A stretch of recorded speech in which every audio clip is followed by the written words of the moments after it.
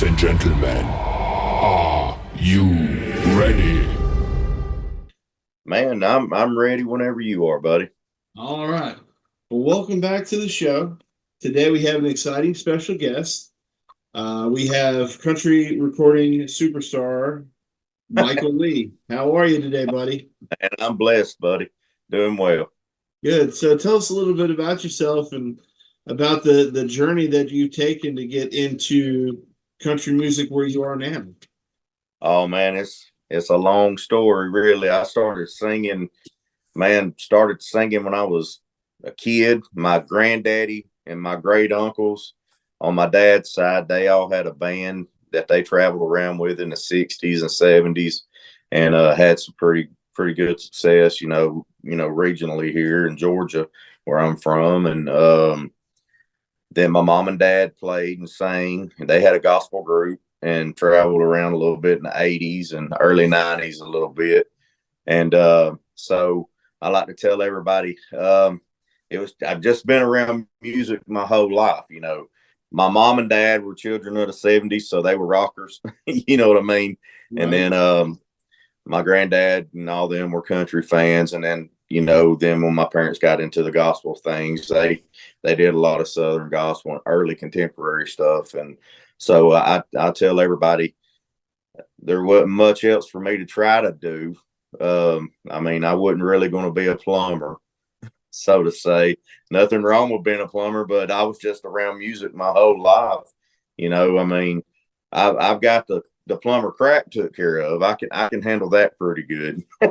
I've got that part down. And I know hot on the left, cold on the right, and stuff runs downhill. I've got that part took care of. But as far as what I'm supposed to do, man, I've just been around music my whole life and started writing songs as a teenager and took me to Nashville. I was part of a duo for a little while, and then worked with a couple of major record labels in Nashville, wrote songs with some legendary songwriters, still connected with some of them. And but then I got saved and I wanted to take a break and spend more time with my family and focus on ministry type stuff.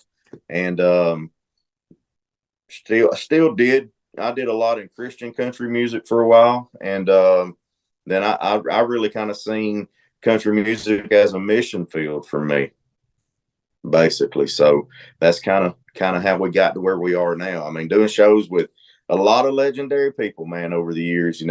I've done shows with Diamond Rio. I've worked with them guys. Zach Brown. Wow. Luke Bryan, Terry Clark, Leonard Skinner. I've been on the road and done a lot of stuff with a lot of those guys. Got to be friends with people like Craig Campbell, Jason Crabb on the gospel side of things, and Dana Williams and Micah Swinesburg with Diamond Rio actually produce a lot of my stuff. Wow. See, that's really cool. So you have a pretty diverse background when it comes to music and being an artist. Yes, sir. Yes, sir. Cool. And I was doing some light research on you, and some of the things that I'm curious about is, and I've got some notes here. Yeah, man. Oh, I got some too. There you go. How did forming the duo in the early 2000s and catching the attention of Grammy award-winning producers, what was that like, and what was that journey like for you? Man, I was a kid. Me and my wife got married really young. We've been together over 20 years, and we've got three beautiful kids. And young. We got married young, and she put up with a lot, man, but she stayed with me. God knew I needed her, and man, we just started picking. Me and a buddy of mine, he actually was really good friends with a cousin I have. They went to school together. They was just a little bit older than me. And we just, my cousin would come home from college. He went to Jacksonville State in Alabama. And he'd come home because him and my dad were real close. And he'd come see my dad every time he'd come home from college. And they'd be sitting in the living room playing guitar, hanging out. And I'd go in there with them and singing and hanging out. But my cousin David would always go, "Hey, let me play you a song my best friend Derry wrote." And he'd play us this song that his buddy wrote in college. And the guy, Derry Maddox, he actually was from the same hometown we had as that I was in as well. And it just kind of intrigued me. I was like, man, so your buddy writes songs? And just listening to the songs that he wrote, man, I actually went in my bedroom that day and wrote my first song as a 14-year-old kid.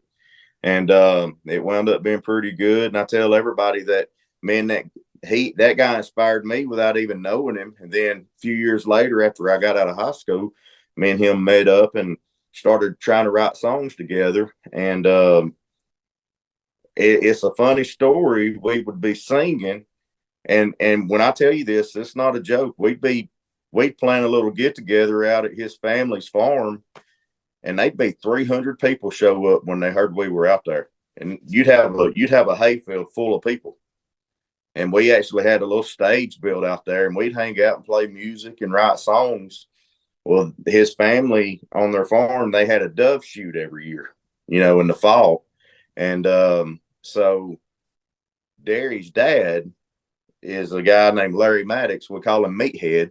But Meathead, he run the farm, and he was really good friends with Leanne's dad, Wilbur. Leanne Rhymes' dad, Wilbur Rhymes. Yeah. So Wilbur would come to their farm in Georgia and hunt.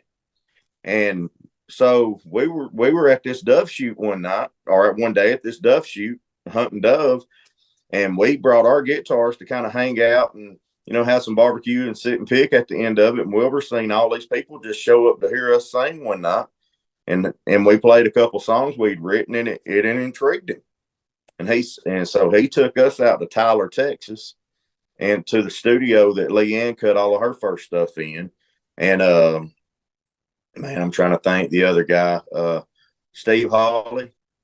He cut his stuff out there. That band from the 90s, Perfect Stranger, I think. Yeah, Perfect Stranger had a couple hits. That's where they recorded. So he took us out there, and we cut a 3-song demo for Curb Records, and then wound up going back out there and finishing an album. And man, it was like a rocket. We just started being booked all over the place and had a lot of notoriety. Got mixed in with I'm not saying mixed in, that come out wrong. We got to be friends, and a man named Bob Saporiti, who used to be the head of global promotions at Warner Brothers Records. We met him. He liked what we were doing. He took us under his wing and showed us a lot of the ropes. And that's when we met people like Pat Alger, who wrote tons of hits for Garth Brooks and Hal Ketchum and people like that. And he took us in, started showing us how to really craft a song. And then we met people like Aaron Barker and, who wrote a lot of George Strait and Clay Walker stuff. And just, man, being blessed to be around a lot of people who really invested in us because they believed in what we were doing. And we rocked on. We had a couple different record deals we were looking at, and publishing deals. And God, I just tell everybody, God had a different path. He called me into kind of it wasn't kind of into a role like a ministry role, and to some things, and to spend more time with my kids. And honestly, Derry, we went by Buck and Duke. I was Buck, he was Duke, because that was our nicknames, and everybody would say, "Hey man, we're gonna go down here and hear Buck and Duke sing tonight," and it just caught on. And so I tell everybody, God got a hold of me and kind of changed, really changed my life. And then he called him into something different too. He wound up coaching his kids in all their sports, and of his sons are like state champion wrestlers. And he one of them right now is in his senior year. He just spending time getting to be on that end. He really felt drawn to be a coach and impact kids' lives in that way. And God put us in different roles. We still write songs, but as far as the entertainment side of things, it's more of a solo thing for me now. Yeah, and see, that's really cool to hear, because most people who have kids, they don't get that opportunity to spend a lot of time with them, and they grow up so quick. Oh, they do, man. And that's when it kind of started hitting me. And I tell everybody, man, I can't. We would be in Nashville Monday and Tuesday writing songs. Come home. We'd be there Wednesday morning. Come home from Nashville on Wednesday, which we only live like 2.5 hours away here in Georgia, where we're from. Didn't take us long to get to Nashville and home. So we'd stay in Nashville, write songs Monday, Tuesday, come home Wednesday, be home Wednesday night, or get home in time Wednesday night because we had rehearsal with our band. So we'd come home from Nashville Monday and Tuesday, have rehearsal with our band on Wednesday. Most of the time we'd go out Thursday, Friday, and Saturday and play somewhere. So for that stretch of 5 years, 4.5 years, I actually wasn't never hardly at home. My kids and my wife could come see some of the stuff I do, but man, I come home one night on a Saturday and, well, actually it was a Sunday morning. I come home, I'll never forget. And I got in the bed and it was right after my son was born. I have 2 daughters and a son, and, come home and my son was just born. He might have been a year old. And I remember getting in the bed with my wife and her rolling over because I woke her up because it's in the middle of the night. And she said, I'm glad you're home. How'd it go? And man, I was just so emotional. I said, you know what, you and the kids, y'all need to get in church. Not us as a family. You need to take the kids to church. And she said, just to let you know how out of touch I was with everything, she said, we do go to church. We'd like for you to go with us. I mean, that's how out of touch I was. And man, it just hit me like a ton of bricks, dude. And at first I fought that and I was like, I'm not going to go to church and do this and that. And man, it really was just a draw, and wound up going to church, turning my life around, and getting called into a ministry role. And then, here we are today. And see, that's really cool because you get to see from your background of where you were to what you ended up doing, and now you're back doing what you love, and at the same time, you still have that time with your children, which it's something that you can't get back. You can always build a career later on, but you can never get that time back. Yeah, and it wound up not being a full-time music deal, but I never quit doing music. It just changed how I was doing it. So I mean, I was still going to town writing with people when I could, but it wouldn't Monday through Saturday. You know what I'm saying? It wasn't 6 days a week, keeping the roads hot, never at home. So I was still like that was in 2010 when we stopped doing the duo. And I cut my first Christian country album in 2012. So I cut my first debut album in 2012 with Daywin and their country label, Red Hen, they had at the time. And see, that's really cool. Yeah, I mean, and I think that's going to, just hearing that part of your story is going to have people knowing that you can still do what your dream is while still being able to have a family if that's what you want, and still being able to grow while having morals doing so. Right. You can. And that's it, dude. You can still chase a dream and still be a good daddy. You can still chase a dream and still be a good husband. And I'm living proof of that, man. And you get the right people involved and the good Lord helping orchestrate everything, then nothing's impossible, man. Nothing. Exactly. So tell me about your experiences as far as performing in various showcases in Nashville and collaborating with Pat. Probably I'm going to say this wrong. Alger, and how yes. And how did those experiences contribute to your growth as an artist? Oh man, just the stories that Pat would tell us. Like, it's funny. The first time I ever met with Pat, when me and Duke met with him, he asked us to play him some of our songs that we'd written, And so, of course, we played him some that we thought were our best and that the crowd really enjoyed. And when we'd play them for him, he said, "Oh, it's okay. I can see where it can be better." And he really, the first time we met him, man, it was like we just thought we were pretty good songwriters, man. It's like just getting them shot down.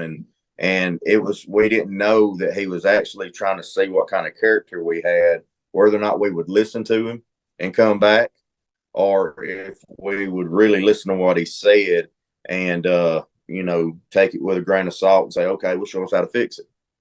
So he taught us, we listened.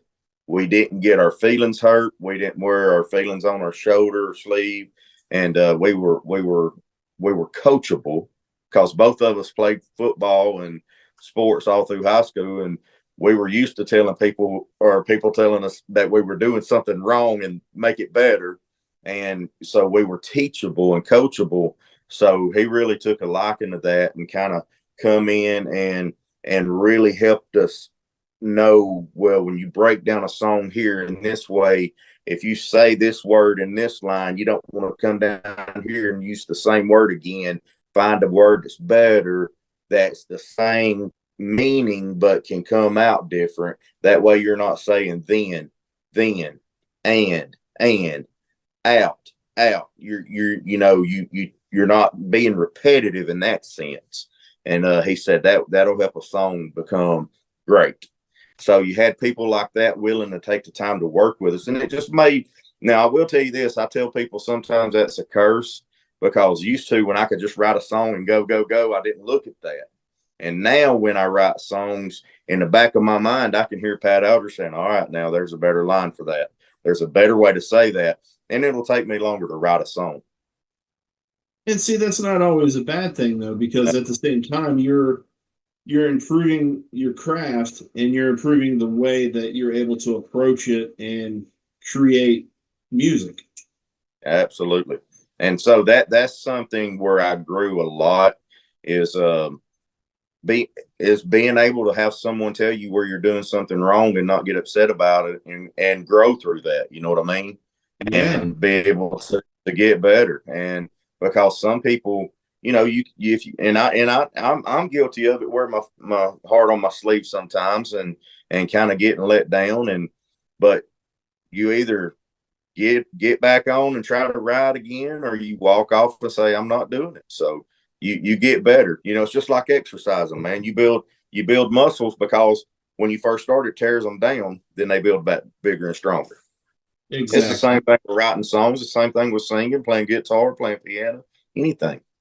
Yeah, and I couldn't agree more. I mean, it's one of those things where I think if you have the patience to grow and know it's going to take time, and then, the mindset of, if you have the right people saying, like you were saying, that may not be the best for this, or maybe you ought to try it this way, and know that they're trying to help you from the right place, right? You're going to end up with a better product, whether it's be music or Anything. any kind of career path that you may have. Absolutely agree, 100%. Anything, right? But yeah, just having that coachable attitude and not going in like everything, and you're willing to learn from everybody. Man, that makes life so much better on every aspect. And that's really what I try to do with my life, man. I strive at that, to not be a know-it-all, and kind of let everybody teach me something. Yeah. And, I couldn't agree more. You'll always find that one person that doesn't necessarily know more, but will see what you're doing and say, hey, that works well, but it might be easier if you did it this way. Absolutely.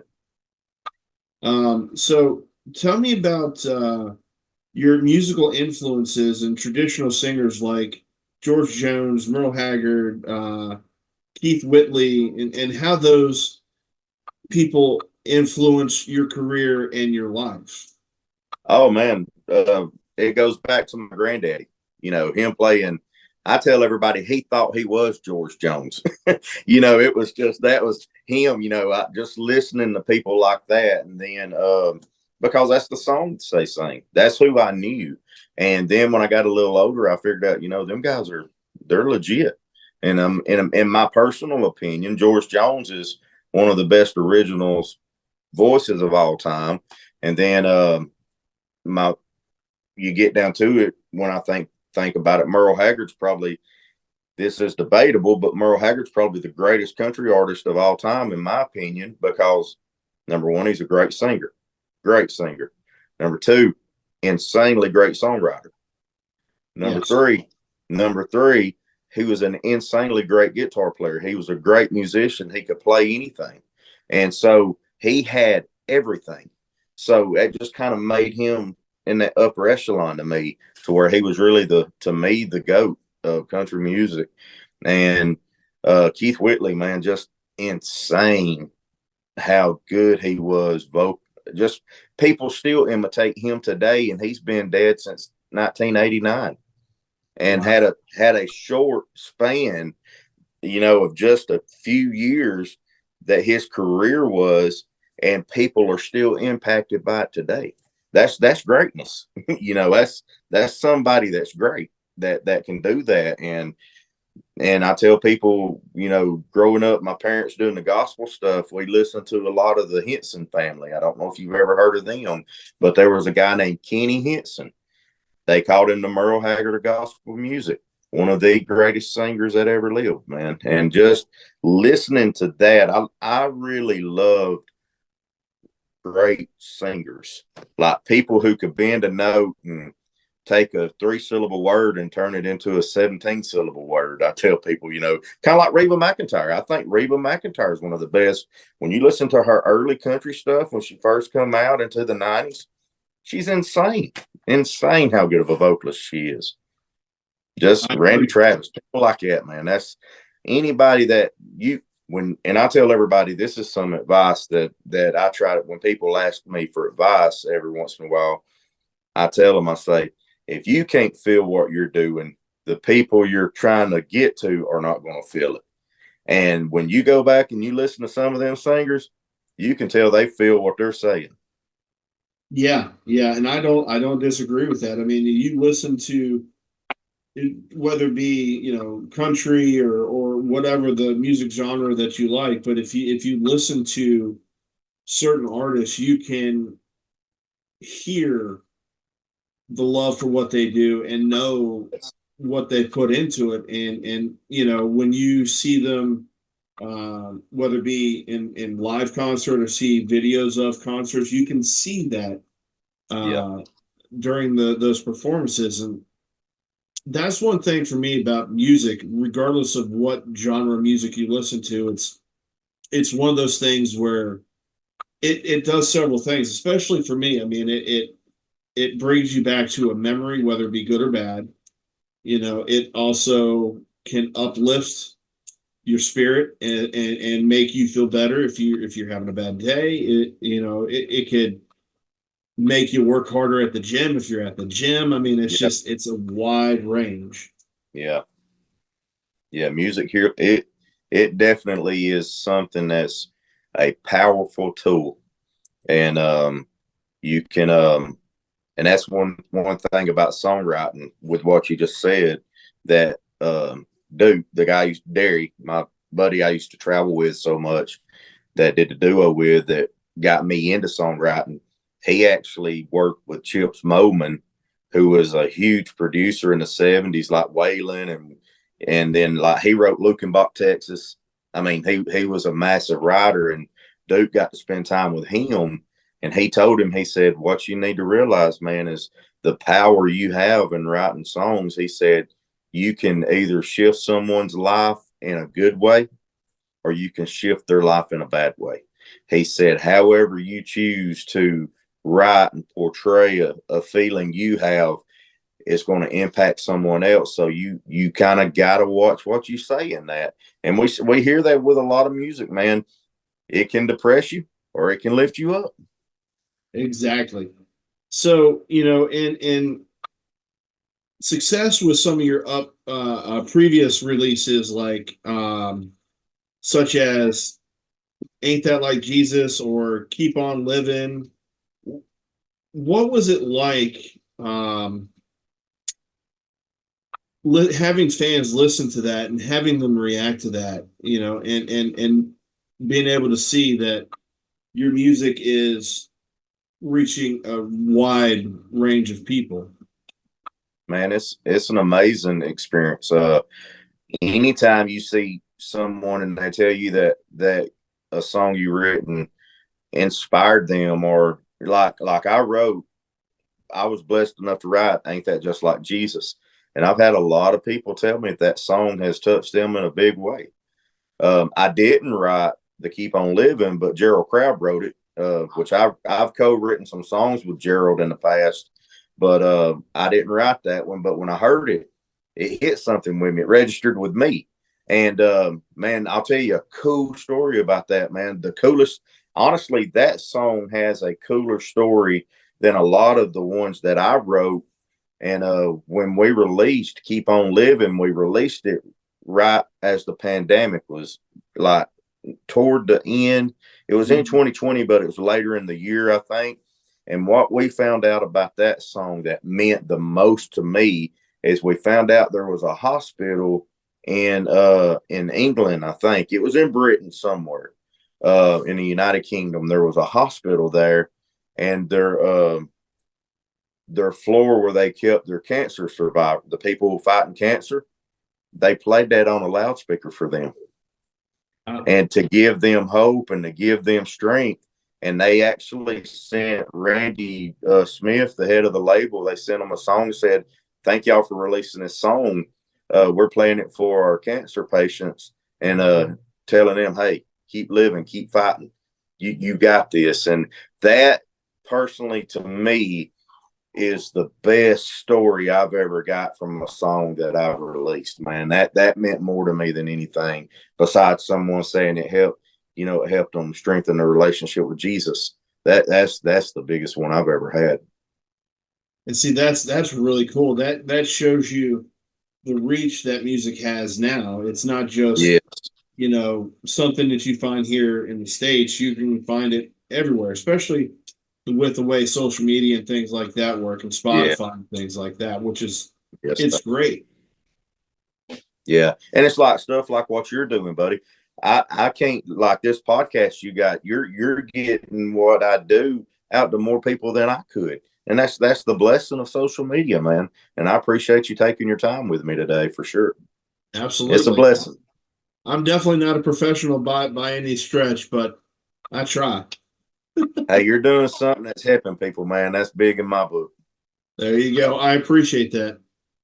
Yes, sir. So I am curious, being signed to a private label, what is that like, and how has that chapter in your career helped you grow and focus on creating not so much better music, but more music that will reach other people, and you never know, possibly help somebody in a time of need? Yeah, man, it's been a blessing. Randy Smith, the president of the label, me and him met through my producer, Rick Swansburg and Micah Swansburg at the time.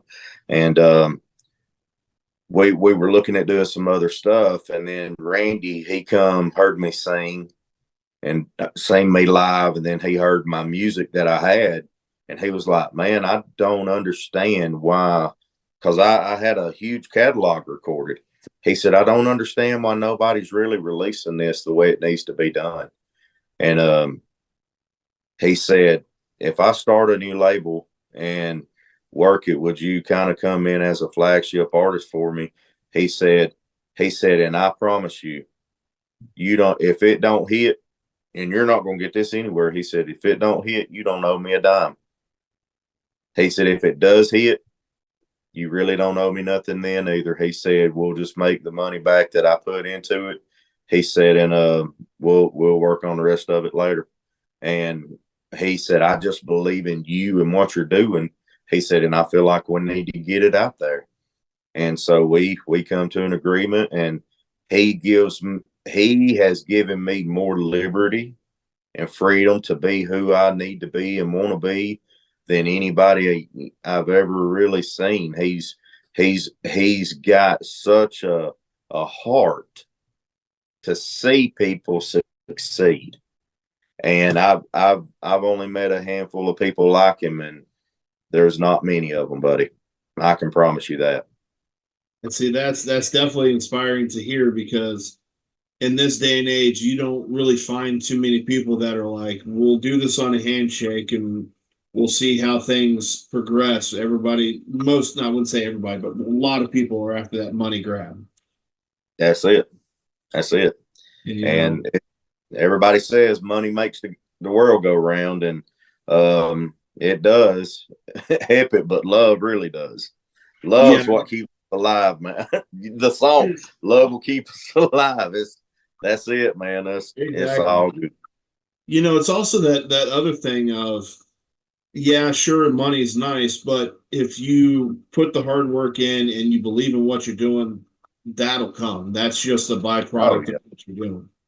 Absolutely. I believe that 100%. So as far as, being in the scene, well, not so much being in the scene, but being around music in the 90s, because I'm an 80s kid, so I grew up listening to 90s music, but listening to people like Garth Brooks, Clint Black, Alan Jackson. Yes, sir. How do you think that significantly influenced your music and your career, and how do you incorporate those influences into contemporary sound? Man, that's a good question, dude. It's just, I tell that one thing I like to say is because that's me growing up in Georgia. Huge Alan Jackson fan, Georgia boy. Huge Travis Tritt fan, Georgia guy. Huge Daryl Singletary fan, Georgia guy. The 90s country music was it. Clint Black, all of those guys, man, I loved them. And it really just, I tell everybody I can't help it, man. I mean, listen to me talk. Every time I open my mouth, it comes out of my nose. It don't matter if I sing a contemporary song, a Southern gospel song, it's coming out country. You can bet, because that's who I am. It's who I've always been. And it's not hard to incorporate it when it's part of you. Does that make sense? I guess that's one good way to say it. It's so deep rooted in me, that country stuff, that I could rap and it'd come out country, son. I could do a rap song and it'd be country. Yeah, just a part of who you are, and a part of your history and your background, even as a child, which is one of those things that, you don't find a whole lot of people that are able to take what they were surrounded by or what they enjoyed as, in their youth, and be able to translate that to something they enjoy as an adult, and Right. still have the passion and love for it that you do. Yeah. Well, it's just like, man, it's something I've always done. I started singing when I was 14, told my dad I wanted to sing. Him and my papa all started working with me on some stuff, showing me the ropes on how to really kind of entertain, and how to try to work a microphone. I mean, I was blessed with a lot of people to teach me things. And I mean, I started singing in nightclubs when I was 17 years old. I wasn't even old enough to get in them. My dad would have to carry me and sit there with me and kind of like sign a waiver. Yeah, I'm his dad. I won't let him do nothing. But they would let me come in and sing. Man, when you're 17 years old and a honky tonk lets you come sing country music all night and then gives you $150 at the end of the night, that's a pretty good day. Yeah, doing something good. And you hear that about, if you actually hear some of the backgrounds of some artists in general, you hear that about them, that they were able to get where they are and get the experience they have at a young age, because they were able to do venues that you wouldn't normally be able to do, and be able to do it in such a fashion where you don't lose who you are. Right. I agree. Oh, I lived it. I mean, of course I agree, because it's 100% how I was as a kid. That's all I honestly, man, this is all I've ever wanted to do. And I've been blessed to be able to do it. And see, that's something that a lot of people can't say, that they're doing exactly what they want to do, and or where they want to be. And you Right. know that's something that a lot of people can't say, because I feel like, it's the hard road traveled, but the journey is just as sweet as getting to the finish line. Yes, sir. Yes, sir. It is. I mean, music's been good to me. It's broke my heart a lot of times too. It has, but at the end of the day, there's been way more good than bad. I've been blessed to take my family's got to see a lot of cool stuff because of music. I've got to see a lot of amazing things because of music. I've got to be at a lot of. I mean, I've been blessed to travel the world singing country music, and it's took me to Norway, Amsterdam, you know Vegas. I mean, I got to play the House of Blues at Mandalay Bay and step up and sing country music all night long at the House of Blues, and it wound up being an amazing thing. So, I mean, I've been blessed to see a lot, man, and it come through music. So, something that I've been watching since I can always remember, from my grandparents to my parents to it's really blessed my family. So, I mean, That's really it awesome. doesn't matter if I didn't get another record deal or if I never wrote another song. It's like that Luke Combs song, man. I feel it. I'd still be doing this if I wasn't doing this. I would still be sitting in my room playing my guitar, or singing it, leading worship at a church somewhere, or sitting down with my buddies just picking at a dove shoot. There you go. So I read that your voice can be often described as classic, smooth, and baritone. How do you believe that your voice and soul contributed to the emotional impact of the songs that you sing? It goes back to, man, the older I got, the deeper my voice got. I'm just one of those guys that it just God give me a gift with a rich voice, and it's something. It's like a muscle. You work it, it's going to get stronger. It's I have studied singers. I have studied, you know. I'll tell you a story. We was talking about George Jones, Keith Whitley, and Merle Haggard a while ago, and Kenny Henson. When I was 14, this is a true story. When I was 14, and I told my dad, "Hey, I want to start learning how to sing. I want to do this too." We had an old Pioneer stereo in our living room with the tall speakers, and it Oh had a yeah. record, player. My daddy would take George Jones albums, and he'd drop the needle on certain parts of a song and make me sing with him. He'd do it with George Jones, Merle Haggard, Keith Whitley, and Kenny Henson, those four guys. And he'd say, learn what they're doing. So I would sit there and try to mimic them. And my dad would have me mimicking these guys. And I'm still trying today to figure out how to really do that. But it helped kind of mold me into what kind of singer. Honestly, it kind of molded me into my daddy's favorite singers. But they were mine too. And he just was trying to teach me how to have clean vocal control and learn how to, navigate how it comes out, man. So that's really how I got my style and my voice. I mean, just practice, and it come out, and it goes back to what I said earlier. If I can't feel what I'm doing, you're not going to feel what I'm doing. I got to have the emotion right there with it. So if I can get that out, the rest of it will take care of itself. Exactly, and I couldn't agree more. I mean, it's a part of who you are. It's almost like a fingerprint. It's your identity. That's it, buddy. That's it. So, one of the things that I'm also curious about is, what messages or emotions do you aim to convey through your music to your audience, and how do you want to connect them with your songs, or even on a deeper level? Man, it goes back to that feeling thing, man. If I can't feel what I'm singing, they're not going to feel it. And I want people to understand, man, life's good.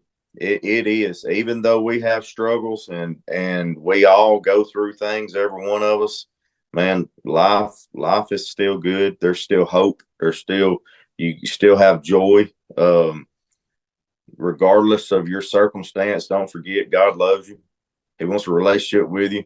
And if he can love me, he can love you. And that's I just want, if somebody sees me sing or comes and spends time watching me perform, whether it be at a venue with 25 people or we're doing a big stage with 2,500 people, I want them to leave the same way. Man, I'm glad we got to see that guy.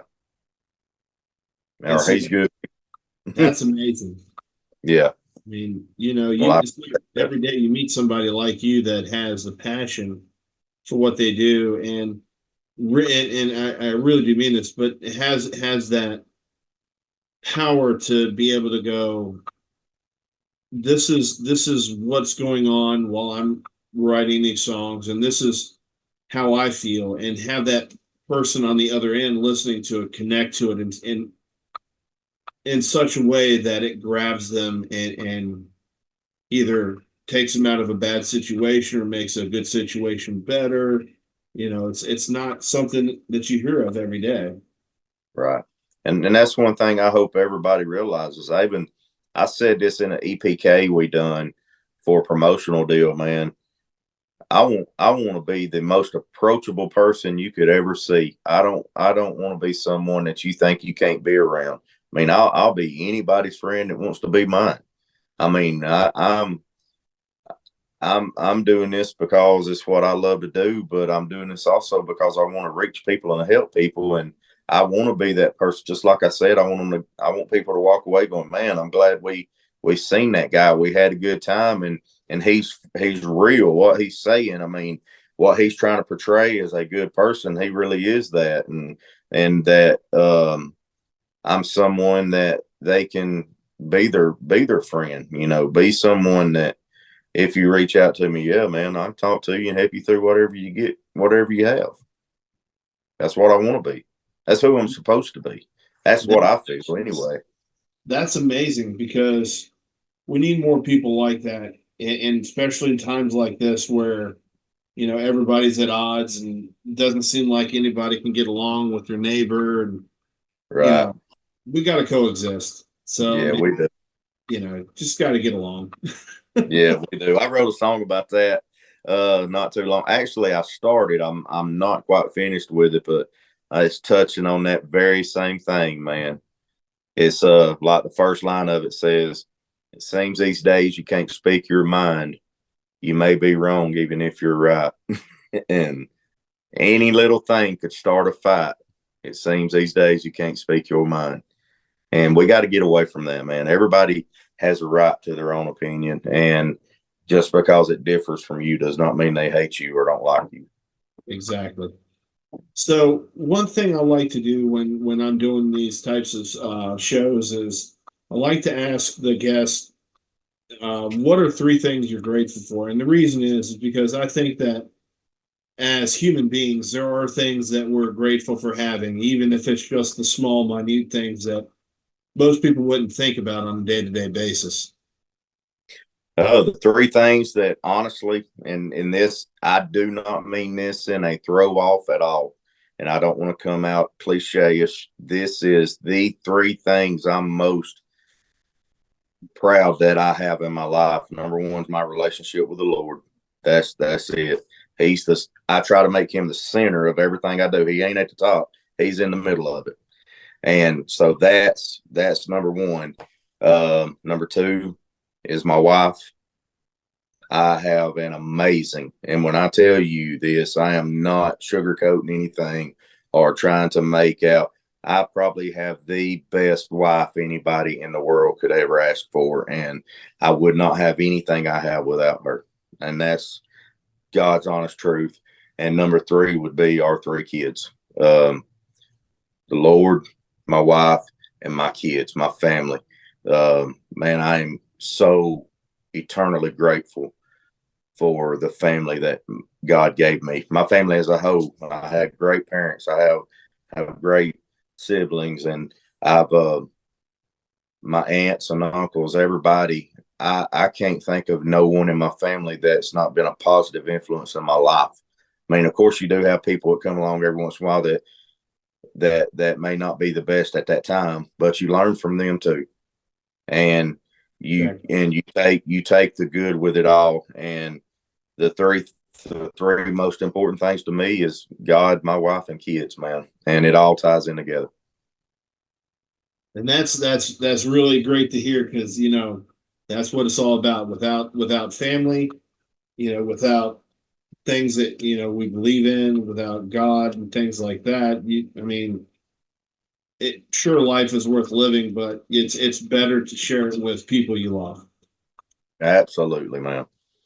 And music just gets to be a side note of all that, man. It's something I get to enjoy and make a little money at every once in a while. I get to have fun, and I get to. It's work. It is work. The traveling, the tearing down, and stuff like that. But man, I wouldn't take nothing in the world for my life, man. I really wouldn't. That's really great to hear. Listen, I appreciate you taking time out of your schedule to chat with me. It's been a real pleasure to hear your story and kind of see what it's like living at least somewhat in your shoes, and being able to see the paths that you took to get where you are, and to see that even after everything and all the time that's gone by, that you're still very very passionate about what you do. And it sounds like no matter what, you're on the right path. Oh yeah, man, I appreciate it. I thank you for taking your time, man. Anytime we can ever get together and talk, I'm all in, buddy. Excellent. I appreciate it. So one last thing is, where can our followers find you on social media? And that way they can kind of follow you and see what you're up to. Oh man, absolutely. It's so easy. It's you know what? I'm going to write it down and show it to you guys. I wish I had it right here with me, but I don't. Every social media platform there is, you can find me at Michael Lee Tunes, like songs, tunes. It's if you can read my sloppy writing, it's I don't know if y'all can see that, but it says Michael Lee Tunes, and that's on everything: Facebook, Instagram, TikTok, YouTube.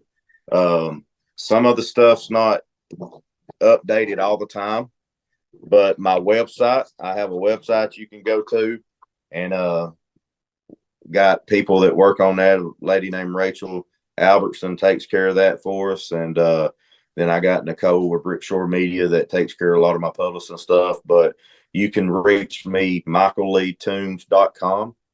That's my website, www.michaelleetunes.com, or Michael Lee Tunes at Facebook, Instagram, all of them. We're on Truth Social, everything. I don't get to go on all of them all the time because I don't have time to just stay on social media and update everything. But that's the easiest way to find me. If you reach out to me and leave me a message on any of them, sometimes not the publicist, but sometimes you might get a message from someone that isn't me, but I promise you, I see them all, and I will respond back to any message I get. It may take me just a little while to get to them, but I will respond to you as quickly as I can. And if you need something, if you're out there and you're doing radio or booking or something like that, find me on social media, or go to Brickshore Media, which is how I actually got through with you. It's my publicist in Nashville, Nicole Zeller with Brickshore. You can reach out to them, and we'll be more than happy to do anything you need. Excellent. Well, listen, I appreciate it. I was very excited to do this one, and I'm very excited to do it again in the future. Oh, anytime you need me. Oh, and tell tell everybody before we get off, I had a song hit country radio today or yesterday, the 12th. We had it hit the 12th. It's a song I wrote with my label head, Randy. It's a song called Loving Me Comes Easy to You, right in time for Valentine's Day. Cheap plug. It's a good love song. And then last week we actually had a song hit Christian radio. I covered a Cast and Crown song, The Well, and it actually went out to all Christian radio. So that turned out really well, pun intended. So just you check all that stuff out, man, and you can find anything I do. All my music's on iTunes, and all my social media is Michael Lee Tunes. So I'm easy to find. Excellent. Well, I can't wait till the next time we do this. Anytime, buddy.